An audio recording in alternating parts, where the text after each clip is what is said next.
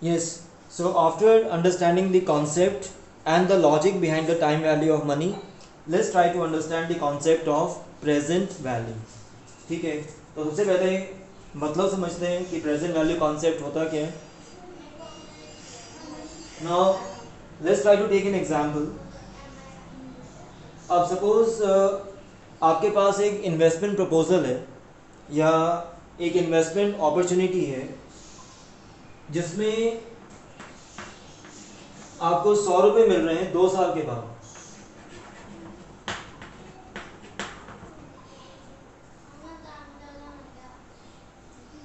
एक investment offer है जिसमें अगर आप पैसा इन्वेस्ट करते हैं तो you will get 100 rupees after 2 years.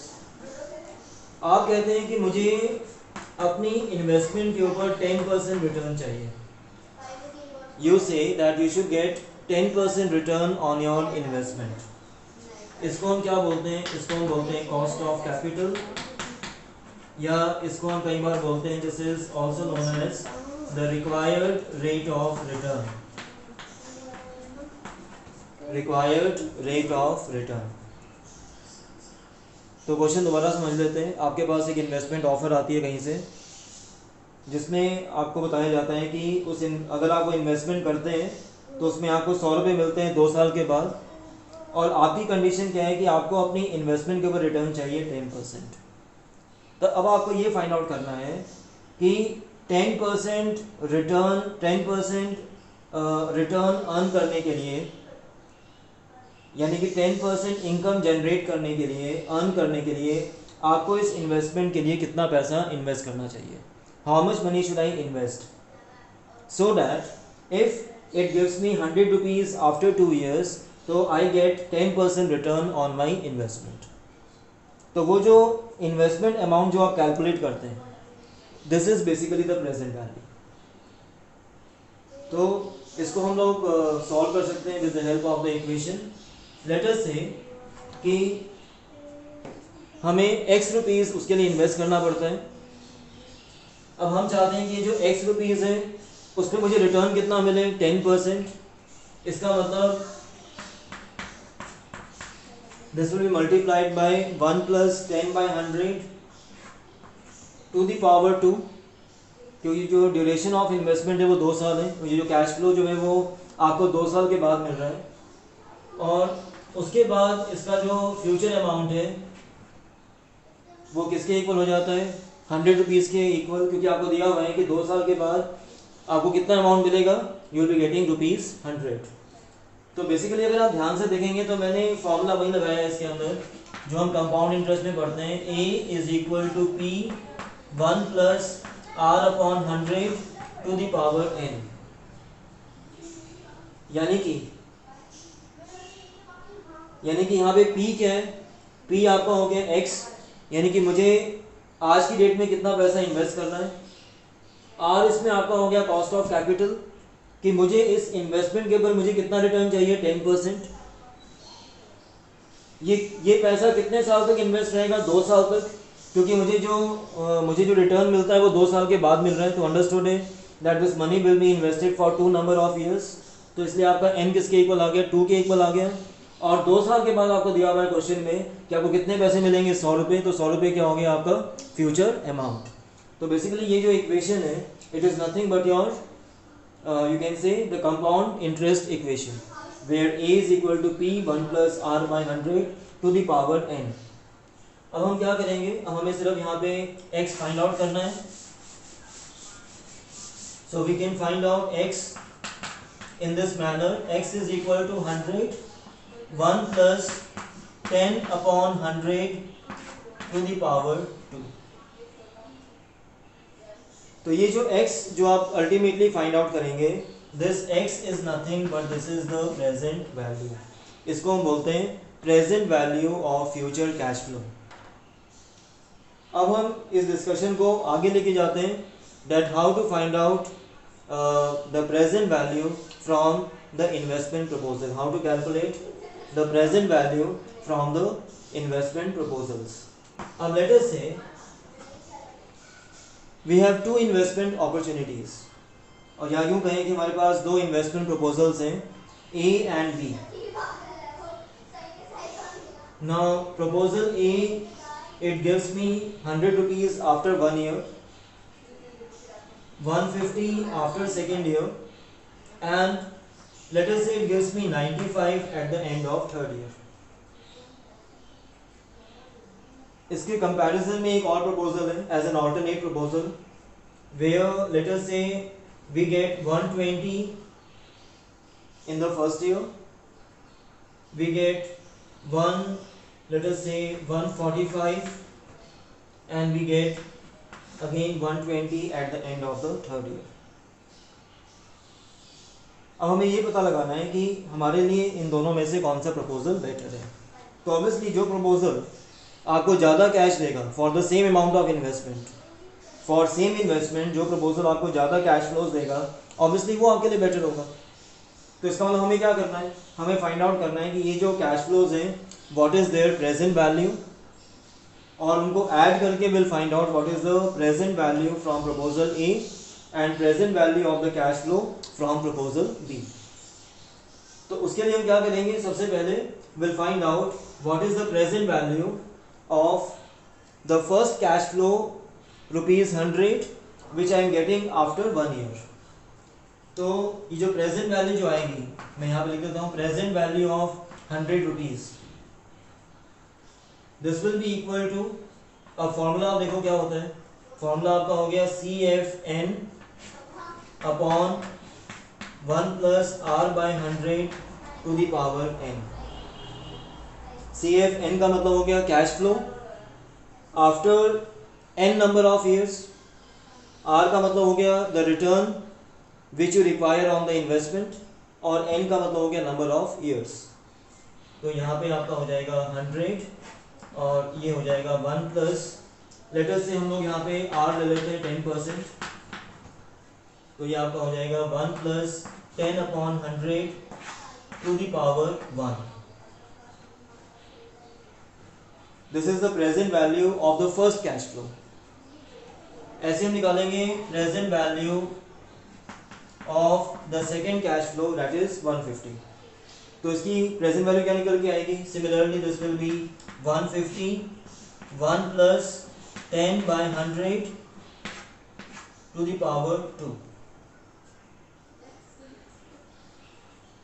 Now similarly we will find out the present value of the third cash flow. This will be equal to 95 1 + 10/100 to the power 3. Remember हम तीनों जगह वही फॉर्मूला यूज कर रहे हैं, CFN upon 1 + R/100 to the power n, where CF stands for cash flow. We are getting after n number of years. n का मतलब होता है कि कितने साल के बाद वो कैश फ्लो मिल रहा है. 100 हमें मिल रहा था 1 ईयर के बाद, तो यहाँ पे 1 आ गया. 150 मुझे मिल रहा था 2 साल के बाद, तो यहाँ पे 2 आ गया. 95 मुझे मिल रहा था 3 साल के बाद, तो यहाँ पे हमने क्या लिखना है, 3 लिखना है. R हमारा क्या है 10%, तो R हमने सब जगह 10% लिया हुआ है, राइट.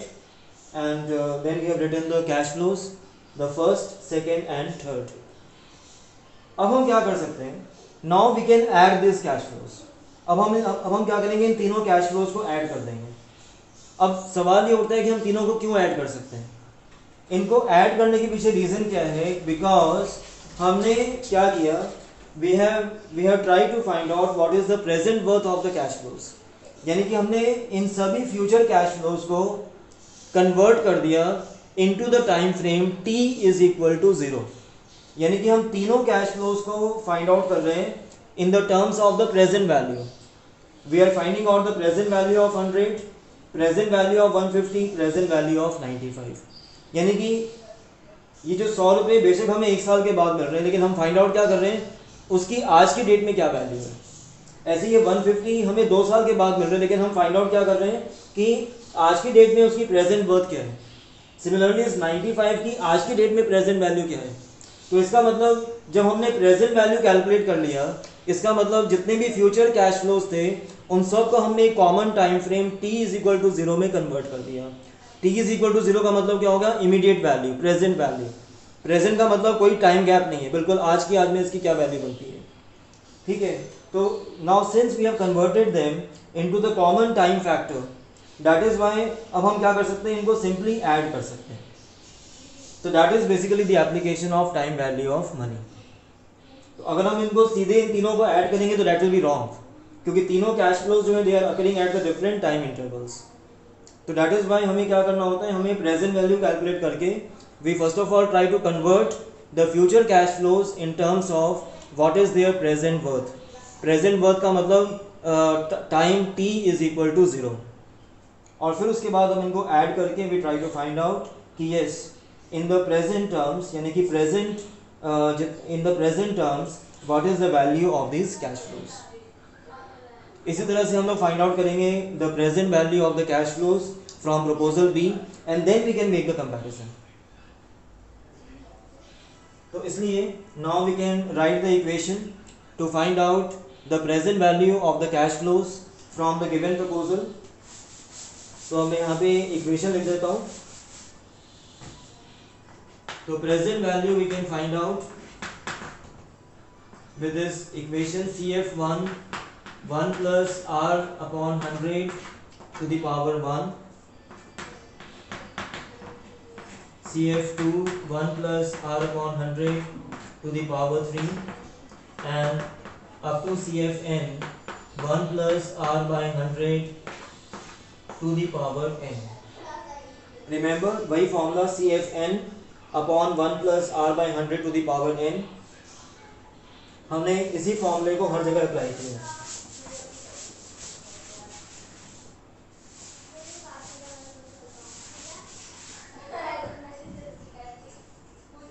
कुछ एक इंपॉर्टेंट चीजें और समझ लेते हैं जब हमने ये इक्वेशन ड्रॉ की है. ये जो R जो मैंने यहाँ पे लिखा है in the numerator, this is the cost of capital, और इसको बहुत बार हम बोलते हैं डिस्काउंट रेट. आई रिपीट, यहाँ पे जो R जो आप देख रहे हैं इसको हम क्या बोलते हैं, इसको हम बोलते हैं डिस्काउंट रेट. ये जो हम कैश फ्लोज निकाल रहे हैं CF1 upon 1 plus R by 100 to the power 1, इसको हम बोलते हैं discounted cash flows. They are known as a discounted cash flows, right. अब ये जो हमने यहाँ पे लिखा है CF1, इसको हम ऐसे लिख सकते हैं ना, into 1 upon 1 plus R by 100 to the power 1. ऐसे ही CF2 into 1 upon 1 plus R by 100 to the power 2, और ऐसे ही CFN into 1 upon 1 plus R by 100 to the power n. अब CF1 जो है आप उसको जिस फैक्टर से मल्टीप्लाई कर रहे हो, दिस इज 1, आप CF1 को जिस पर्टिकुलर फैक्टर से मल्टीप्लाई कर रहे हो, ठीक है, इसको हम क्या बोलते हैं, इसको हम बोलते हैं discount factor. This is known as a discount factor, यानी कि 1 upon 1 plus R by 100 to the power 1, that is known as a discount factor. Similarly in the last case 1 upon 1 plus R by 100 to the power n, that is known as a discount factor. इसको हम बोलते हैं discount factors. अब एक तरीका होता है कि आप उसको मैथमेटिकली इस तरह से सॉल्व कर लें. Otherwise we can make use of the present value tables also, which I will tell you shortly how to use those tables. पहले एक बार हम ये इक्वेशंस कंप्लीट कर लेते हैं. तो इसको हम लोग इन शॉर्ट में ऐसे लिख सकते हैं CF1 into present value interest factor. इस पूरे को हम क्या बोलते हैं, इसको हम बोलते हैं प्रेजेंट वैल्यू इंटरेस्ट फैक्टर. और इसके नीचे हम क्या लगाते हैं, NR. हम क्या लिखते हैं, N, इस पहला सिंबल आता है N का, कॉमा लगाया, और बाद में हमने क्या लिखना होता है, R.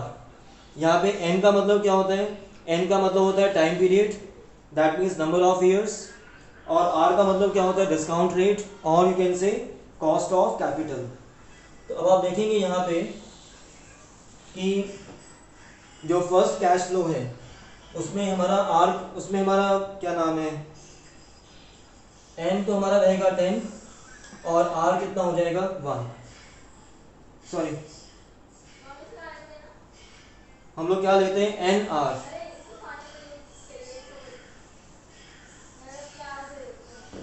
एक बार दोबारा देख लेते हैं.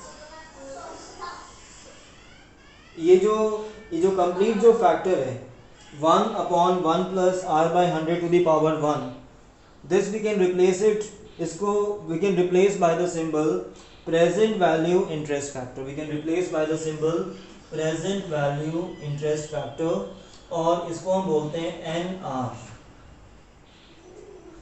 where N stands for number of years and R stands for discount rate or cost of capital.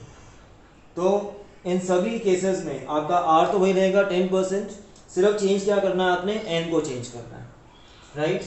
So that is why CF1 into 110, ऐसे ही अगले वाले में लिख देंगे CF2 into present value interest factor, यहाँ लिखेंगे 210, और ऐसे जो लास्ट वाला बचा था इसको आगे डॉट डॉट करके CFN into present value interest factor 310, sorry ये हम लोग N10 निकाल रहे हैं ना, तो ये आपका हो जाएगा, दिस विल बी N10 और NR. अब ये जो वैल्यूज हैं प्रेजेंट वैल्यू इंटरेस्ट फैक्टर, ये वैल्यूज के लिए हमारे पास प्रेजेंट वैल्यू टेबल्स होती हैं जहाँ से we can get this values. तो ये प्रेजेंट वैल्यू इंटरेस्ट फैक्टर 110, इसका मतलब क्या होता है, एक बार ये और समझ लेते हैं. इसका मतलब ये होता है कि अगर हमें 1 रुपी मिल रहा है 1 साल के बाद, अगर हमें 1 रुपी मिल रहा है 1 साल के बाद, और अगर हमारी जो कॉस्ट ऑफ कैपिटल है वो 10% है, तो फिर उसकी प्रेजेंट वैल्यू क्या होगी. तो अगर हमें 1 की वैल्यू का पता है तो हम बाकी वैल्यूज़ का अपने आप पता लगा लेंगे by multiplying by CF1, by multiplying by the given cash flow. ऐसे यहाँ पे प्रेजेंट वैल्यू इंटरेस्ट फैक्टर 210 का मतलब क्या है, 210 का मतलब यहाँ पे ये है कि अगर हमें 1 रुपी मिल रहा है 2 साल के बाद, यानी कि 1 रुपी किसी भी इन्वेस्टमेंट से अगर हमें 1 रुपी मिलता है कितने साल के बाद, 2 साल के बाद, और हमारी जो कॉस्ट ऑफ कैपिटल है वो 10% है, यानी कि डिस्काउंट रेट अगर 10% है, तो उसकी प्रेजेंट वर्थ क्या होगी, तो उसकी प्रेजेंट वर्थ होगी ये particular value, present value interest factor 210. और ये वैल्यू हम लोग फाइंड आउट करते हैं कहाँ से, टेबल से, which I will teach you shortly how to use this particular table. अभी सिर्फ आप इस वैल्यूज़ को आप कहीं भी नोट डाउन कर लीजिए, और उसको फिर हम मल्टीप्लाई कर देते हैं एक्चुअल कैश फ्लो से, क्योंकि जब हमें 1 का पता है तो बाकियों का तो हम अपने भी पता लगा सकते हैं by simple multiplication. If I know what is the value of 1, तो we can find out the value for any amount by simply multiplying with the actual cash flows. Similarly the present value interest factor N10 या NR का मतलब क्या होगा कि अगर हमें 1 रुपी मिलता है after n number of years, और अगर हमारा डिस्काउंट रेट R है, यानी कि कॉस्ट ऑफ कैपिटल हमारा R है, तो उसकी प्रेजेंट वैल्यू क्या होगी, तो this is given by the symbol present value interest factor N. यहाँ पे R10 है तो इसमें मैंने यहाँ पे क्या लिख दिया N10, अदरवाइज हम क्या लिखते हैं इसको NR लिख देते हैं इसको. So this is how we use the equation to find out the present value of the stream of cash flows. इसको हम बोलते हैं stream of cash flows, क्योंकि कैश फ्लोज एक के बाद एक आते जाते हैं. It is like a stream.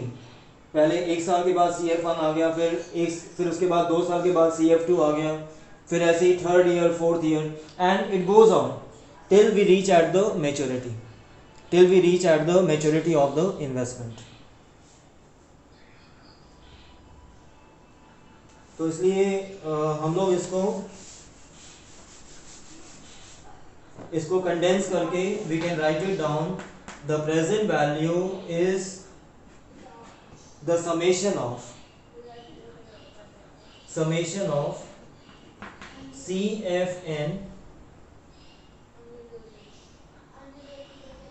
upon 1 plus R by 100 to the power N.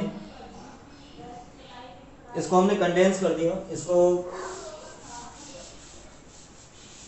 ये उसका एक्सपेंडेड वर्जन है, ये इसका कंडेंस्ड वर्जन है, जहाँ पे n की जो रेंज है वो स्टार्ट 1 से n की रेंज क्या आ रही है 1 से लेके n तक. तो जो लोवेस्ट वैल्यू है उसको नीचे लिखना है और जो मैक्सिमम वैल्यू है उसको आपने ऊपर लिखना है. तो यहाँ पे हम क्या लिखेंगे, n इज इक्वल टू 1 और यहाँ पे लिखेंगे n is equal to n, और ये और इसके साथ में लिख दिया C F N upon 1 plus R by 100 to the power n। इसको हम लोग लिख सकते हैं ऐसे भी, C F this we can also write it down as summation C F N into present value interest factor N R, और यहाँ पे n की वैल्यू स्टार्ट होगी 1 से और एंड होगी n पे जाके। तो ये आपका क्या नाम है इक्वेशन हो गया to find out the present value of the cash flows from the given investment proposals. अब फिर हम लोग क्या करते हैं, जब हम कोई भी इन्वेस्टमेंट डिसीजन लेते हैं तो फिर हम क्या करते हैं, हम इस पर्टिकुलर वैल्यू को हम कंपेयर करते हैं कि ये जो इन्वेस्टमेंट है, ठीक है, उसके लिए मुझे एक्चुअल में कितना पैसा इन्वेस्ट करना है। अब ये जो प्रेजेंट वैल्यू जो मैंने कैलकुलेट की है, ये तो मैंने कैलकुलेट किया अपने हिसाब से कि मेरे हिसाब से ये जो इन्वेस्टमेंट है उसकी वर्थ कितनी बनती है, यानी कि प्रेजेंट वैल्यू आपको ये बताता है कि मैक्सिमम मुझे कितना पैसा इन्वेस्ट करना है, so that I get R return on my investment. अगर मुझे आर रिटर्न लेना है अपनी इन्वेस्टमेंट के ऊपर, जैसे मैंने एग्जाम्पल में लिया था R is equal to let us say 10%, तो अगर मुझे 10% अमाउंट 10% मुझे प्रॉफिट जनरेट करना है अपनी इन्वेस्टमेंट पे, तो उसके लिए मुझे कितना पैसा इन्वेस्ट करना चाहिए, यानी कि उस हिसाब से उसकी कितनी वर्थ है, उसकी कितनी कीमत बनती है, तो वो कीमत हम निकालते हैं पीवी से। फिर हम इसको कंपेयर करते हैं, ठीक है, कि एक्चुअल में ये इन्वेस्टमेंट अपॉर्चुनिटी किस प्राइस के ऊपर अवेलेबल है, किस प्राइस के ऊपर अवेलेबल है। तो लेटर से आपने इसको कैलकुलेट किया और आपका जो प्रेजेंट वैल्यू है वो निकल के आता है 50,000, वो निकल के आता है कितना 50,000। इसका मतलब आपके हिसाब से अगर आपको ये कैश फ्लोज मिलते हैं इस इन्वेस्टमेंट से CF1, CF2, CFN, और आपको अगर 10% रिटर्न चाहिए अपनी इन्वेस्टमेंट पे, तो आपको कितने पैसे लगाने चाहिए इस इन्वेस्टमेंट के ऊपर, यू शुड स्पेंड ₹50,000। आपको इस प्रपोजल पे कितने पैसे इन्वेस्ट करने चाहिए 50,000, ठीक है। फिर आप देखते हैं कि ये जो इन्वेस्टमेंट अपॉर्चुनिटी है वो एक्चुअल में आपको कितने में अवेलेबल है, यानी कि एक्चुअल में आपको कितने पैसे इन्वेस्ट करने पड़ेंगे। उसको हम बोलते हैं इनिशियल कैश आउटले। उसको हम क्या बोलते हैं, we call it the initial cash outlay. That means how much money I am actually suppose to invest. दोनों को आपस में कंपेयर कर लेते हैं, ठीक है। अगर हमें लगता है कि जो इन्वेस्टमेंट है वो हमें सस्ते में मिल रही है तो हम पैसा डाल देंगे, अगर लगता है इन्वेस्टमेंट हमें महंगे मिल रही है तो हम पैसा उसमें नहीं डालेंगे। अब लेटर से हमें ये इन्वेस्टमेंट अपॉर्चुनिटी मिल जाती है कितने में, 40,000 में। तो मेरे हिसाब से इसकी वैल्यू कितनी बनती है 50,000, और ये इन्वेस्टमेंट अपॉर्चुनिटी मुझे कितने में मिल रही है 40,000 में। इसका मतलब मुझे इसमें फ़ायदा है, it means I should invest in this particular proposal. और अगर सपोज ये इन्वेस्टमेंट मुझे मिलती है 70,000 में, अगर सपोज मेरे को इसके लिए 70,000 इन्वेस्ट करने पड़ते हैं, लेकिन मेरे हिसाब से maximum money which I should invest वो कितना आ रहा है 50,000, तो it means it is not worth investing, it is not worth investing. तो आपके जो इन्वेस्टमेंट डिसीजन जो होते हैं, it is just like a buying decision. आप मार्केट में जाते हैं, आपको मार्केट में मान लीजिए स्मार्टफोन परचेज करना है, आपने दुकानदार से पूछा, दुकानदार ने बताया कि स्मार्टफोन के ये पर्टिकुलर फीचर्स हैं। On the basis of the features आपने उसकी कीमत निकाली है, मान लीजिए 15,000। आपके हिसाब से वो जो स्मार्टफोन है वो कितने में मिलना चाहिए, आपको 15,000 में मिलना चाहिए। ये 15,000 ये है 50,000, यानी कि आपके हिसाब से उस स्मार्टफोन की वर्थ कितनी बनती है 15,000। जैसे यहाँ पे इस इन्वेस्टमेंट की वर्थ कितनी बन रही है 50,000। फिर हम क्या देखते हैं कि ये जो स्मार्टफोन है ये आपको मिल कितने में रहा है मार्केट में। अगर ये आपको स्मार्टफोन मिल जाता है 12,000 में, तो आप क्या करेंगे, परचेज करेंगे, क्योंकि आपको 3,000 रुपये बच रहे हैं इसमें।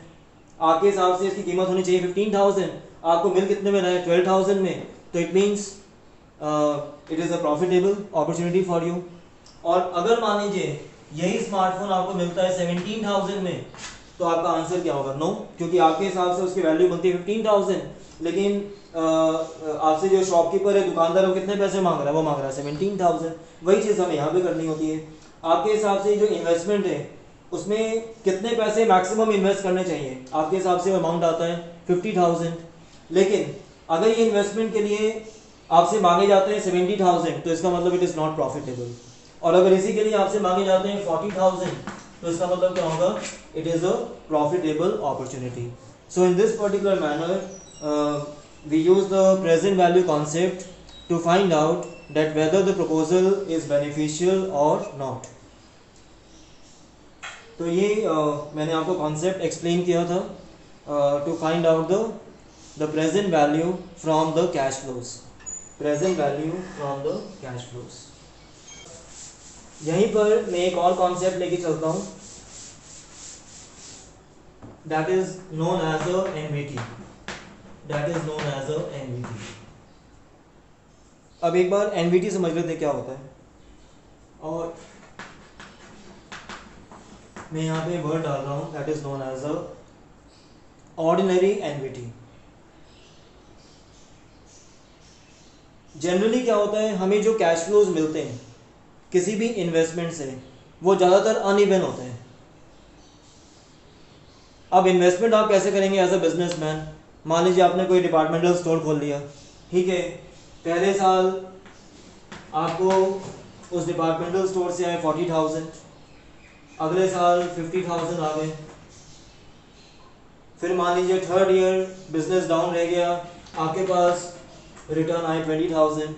चौथे साल फिर थोड़ा सा बिजनेस ग्रो कर गया, संभल गया, आपके पास रिटर्न आ गए मान लीजिए 35,000। तो ये तो होता है normal, you can say the cash flows.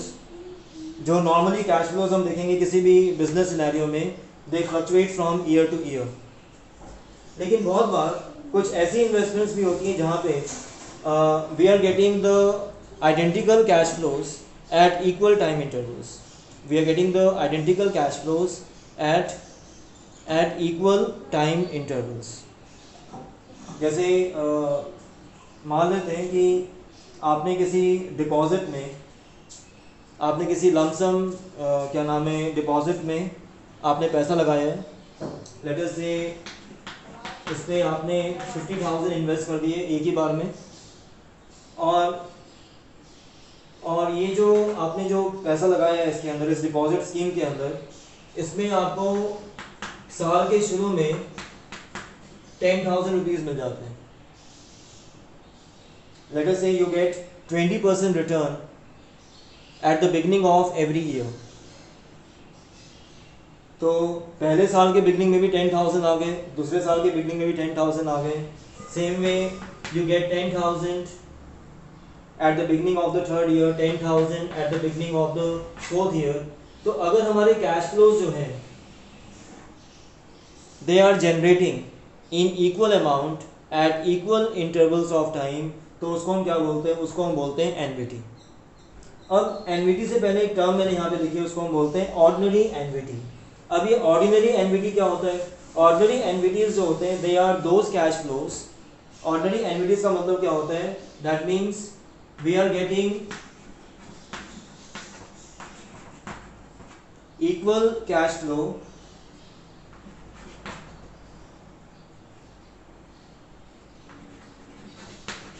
at the end of every year, at the end of every year।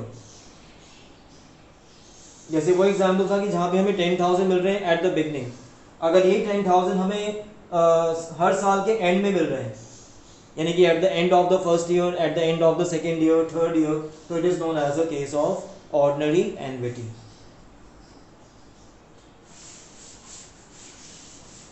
तो ऑर्डिनरी एनवीटी का सिर्फ रोल इतना आता है कि यहाँ पे जो कैलकुलेशन ऑफ प्रेजेंट वैल्यू जो होती है दैट बिकम्स मोर सिंप्लीफाइड। तो लेट्स टेक एन एग्जांपल कि suppose we have a investment proposal A where at the end of the first year we are getting 20,000, again at the end of the second year we are getting another 20,000, again at the end of third year we get 20,000 and at the end of fourth year we are getting 20,000. Remember ये जो cash flows जो हैं वो हमें मिल रहे हैं eight the end of the year.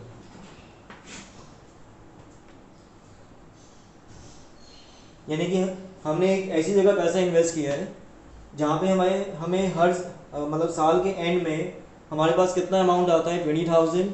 तो पहले साल के एंड में आए 20,000, फिर सेकेंड ईयर के एंड में फिर से 20,000 और वो रिपीट होता चला गया up to 4 year, up to 4 number of years. अब हमें क्या फाइंड आउट करना है? We to find out what is the present value of this cash flow.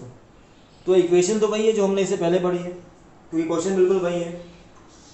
तो अगर मान लीजिए हम लोग इसकी प्रेजेंट वैल्यू फाइंड आउट करेंगे तो फॉर्मूला क्या होगा? 20,000 डिवाइडेड बाय 1 प्लस, यहाँ पे r को हम लोग फिर से 10% एज्यूम कर लेते हैं, 1 प्लस 10 बाय 100. अब ये जो क्या नाम है 20,000 है, ये मुझे कब मिल रहा है? एक साल के बाद, eight the end of 1 year, यानी कि आज से एक साल के बाद. इसका मतलब n क्या हो जाएगा? n is going to be 1, तो यहाँ पे 1 लिख दिया, plus 20,000 1 plus 10 by 100 to the power 2. और ऐसे ही जो लास्ट वाला जो कैश फ्लो है वो हो जाएगा 1 plus 10 by 100 to the power 4.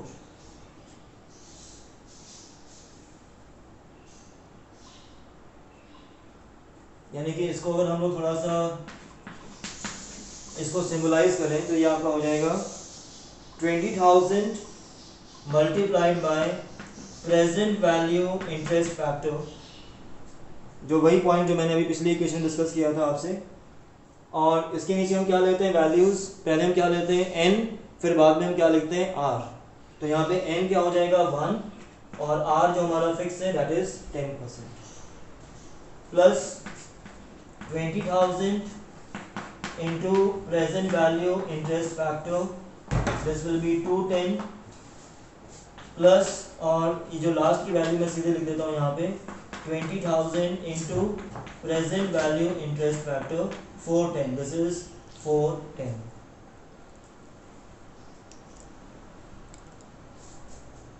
अब यहाँ पे अब आप एक चीज़ देखेंगे इस इक्वेशन के अंदर कि यहाँ पे 20,000 जो है मतलब it is coming as a common factor. ठीक है, तो हमें कुछ नहीं करना, हम थोड़ा सा यहाँ पे अब इस क्योंकि 20,000 जो है मतलब it is coming out as a common factor, तो we can take this benefit.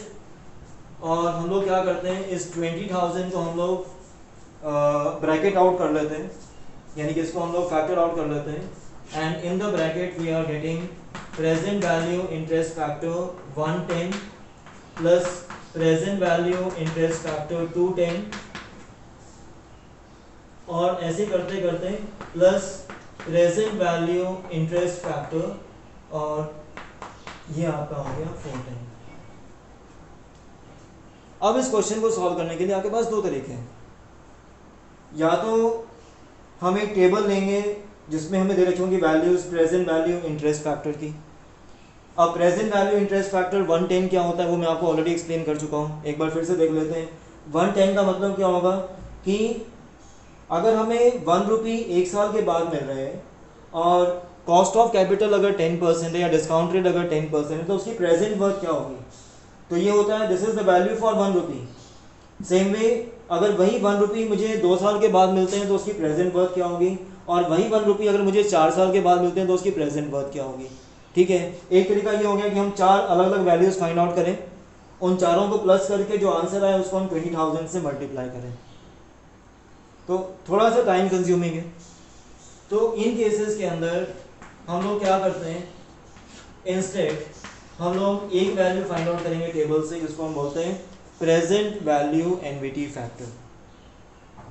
ये 4 अलग अलग वैल्यूज निकालने के बजाय हम लोग यहाँ पे एक सिंगल वैल्यू फाइंड आउट करेंगे that is known as a present value annuity factor, जिसके लिए सेपरेट टेबल होती है.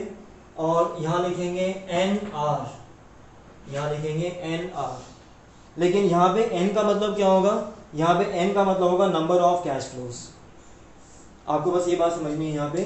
यहाँ पे N का मतलब होगा नंबर ऑफ कैश फ्लोज. और आर हमारा वही है cost of capital which is 10%। तो यानी कि अब ये present value annuity factor N R का मतलब क्या हो गया। अब जैसे यहाँ पे हमारा एन कितना हो जाएगा, एन इज 4 और आर हमारा कितना आ गया 10। अब इस 410 का मतलब क्या है, इस 410 का मतलब ये है कि अगर हमें 1 रुपी एक एक साल के बाद मिल रहा है, यानी कि एक हमें मिला फर्स्ट ईयर के एंड में, फिर दूसरा 1 रुपी मिला सेकेंड ईयर के एंड में, फिर तीसरा 1 रुपी मिला थर्ड ईयर के एंड में, चौथा 1 रुपी मिला फोर्थ ईयर के एंड में, ठीक है। तो उन सब की प्रेजेंट वैल्यू कितनी बनती है अगर मेरा कॉस्ट ऑफ कैपिटल जो है वो 10% है, अगर डिस्काउंट रेट 10% है, तो उसको हम बोलते हैं प्रेजेंट वैल्यू एनवीटी फैक्टर। तो बजाय तो इसका बस हमें सिर्फ बेनिफिट ये होता है कि instead of finding out the 4 different values and then adding them, right, we can straight away find a single value which will serve the entire purpose, and that is the present value NVT factor, जिसके लिए हमें अलग से separate table दे रखी होती है। सिर्फ हमें वो वैल्यू वहाँ से फाइंड आउट करके और उसको हमने 20,000 से मल्टीप्लाई करना है, and this will give me the present value of the cash flows. तो ये एनवीटी मेथड जो है हम वहाँ पे अप्लाई करते हैं, इसलिए जहाँ पे हमारे कैश फ्लोज जो होते हैं they are identical at the equal intervals of time. जहाँ पे कैश फ्लोज आइडेंटिकल नहीं होते हैं तो वहाँ पे हमें फिर से जो नॉर्मल इक्वेशन है उसको अप्लाई करना होता है। अब एक थोड़ा सा इसमें चेंज देखते हैं। अगर सपोज ये कैश फ्लोज हमें मिलते हैं बिगिनिंग में, अगर ये कैश फ्लोज हमें मिलते हैं बिगिनिंग में, अब एक बात मैं इससे पहले एक चीज़ मैं और क्लैरिफाई कर देता हूँ कि ये जो वैल्यूज जो हमें दे रखी होती है टेबल के अंदर, जिसको हम कहते हैं present value annuity factor table, ठीक है, वो जो वैल्यूज हैं वो तब अप्लाई होती हैं when we are getting the cash flow at the end of the year. Remember, when we are getting the cash flows at the end of the year. अब सपोज इसी क्वेश्चन के अंदर अगर मान लो ये 20,000 हमें साल के बिगनिंग में मिल रहे होते हैं, we are getting at the beginning of the year, तो तब उस केस में ये इक्वेशन क्या बनती, तब यहाँ पे जो फर्स्ट जो 20,000 है उसके लिए हो जाता 0/10। अब यहाँ पे मैं चेंज कर रहा हूँ इनको, please all of you look at the bottom of the screen. यहाँ मैं इसको दोबारा से यहाँ पे लिख देता हूँ। अगर मान लीजिए यही कैश फ्लोज हमें eight the beginning of the year मिलते हैं, एट द बिगनिंग, तो फिर इक्वेशन हम कैसे बनाते हैं यहाँ पे 20,000 into present value interest factor. अब यहाँ पे n का मतलब क्या होता है, कितने टाइम के बाद पैसा मिल रहा है। अब हमें पैसा कब मिल गया, बिल्कुल स्टार्टिंग में, इमीडिएटली, तो यानी कि n यहाँ पे क्या हो जाएगा 0 और r हमारा 10। नेक्स्ट के लिए क्या हो जाएगा 20,000 into present value interest factor 110, क्योंकि ये पैसा हमें कब मिल रहा है, ये पैसा हमें मिल रहा है क्या नाम है, eight the beginning of the second year, at the beginning of the second year. At the beginning of the second year का मतलब क्या हो गया, that means right after the expiry of the first year, यानी कि एक साल पूरा होते ही पैसा मिल गया मुझे, इसलिए यहाँ पे एन क्या आ गया 1। ऐसे ही this will be 20,000 into present value interest factor, this will be 210 for the third cash flow, और जो फोर्थ कैश फ्लो है उसके लिए हो जाएगा into present value interest factor 310। आप फिर से देख लीजिए, यहाँ पे हमें कैश फ्लो मिल रहा है बिगिनिंग में, तो पहला कैश फ्लो तो हमें एकदम स्टार्टिंग में मिल जाएगा, we are getting it at the beginning of the year, तो इसका मतलब एन यहाँ पे क्या हो गया 0। ये पैसा मुझे कब मिला, eight the beginning of the second year, इसका मतलब एक साल पूरा होते ही मिल गया, इसलिए यहाँ पे एन क्या हो गया 1। ये पैसा मुझे कब मिला, eight the beginning of the third year, यानी कि 2 साल पूरा होते ही पैसा मिल गया, यानी कि n इज इक्वल टू 2 हो गया। और ऐसे ये पैसा मुझे कब मिला, eight the beginning of the fourth year, which means immediately after the completion of 3 years. तो इसलिए यहाँ पे आपका जो n है, यहाँ पे 0 आ रहा है, यहाँ पे 1 है, यहाँ पे 2 है और यहाँ पे 3 है, ठीक है। अब ऐसे हम यहाँ पे 20,000 को कॉमन लेके and we will make it, we can write it down as present value interest factor 010 plus present value interest factor 110 and so on plus present value interest factor 310, ये लिख दिया मैंने यहाँ पे। अब रिमेंबर हमारी जो एनवीटी टेबल है वो कब काम करती है? When the cash flows are generated at the end of the year. At the end of the year का मतलब क्या होगा? यानी कि आपकी जो सीरीज है वो स्टार्ट होनी चाहिए कहाँ से? 1 से, लेकिन यहाँ पे स्टार्ट कहाँ से हो रही है? 0 से हो रही है। यहाँ पे स्टार्ट कहाँ से हो रही है? 0 से, जबकि वो स्टार्ट कहाँ से होनी चाहिए? It should start from 1। तो इसलिए अब हम क्या कर सकते हैं? We can make it very simple.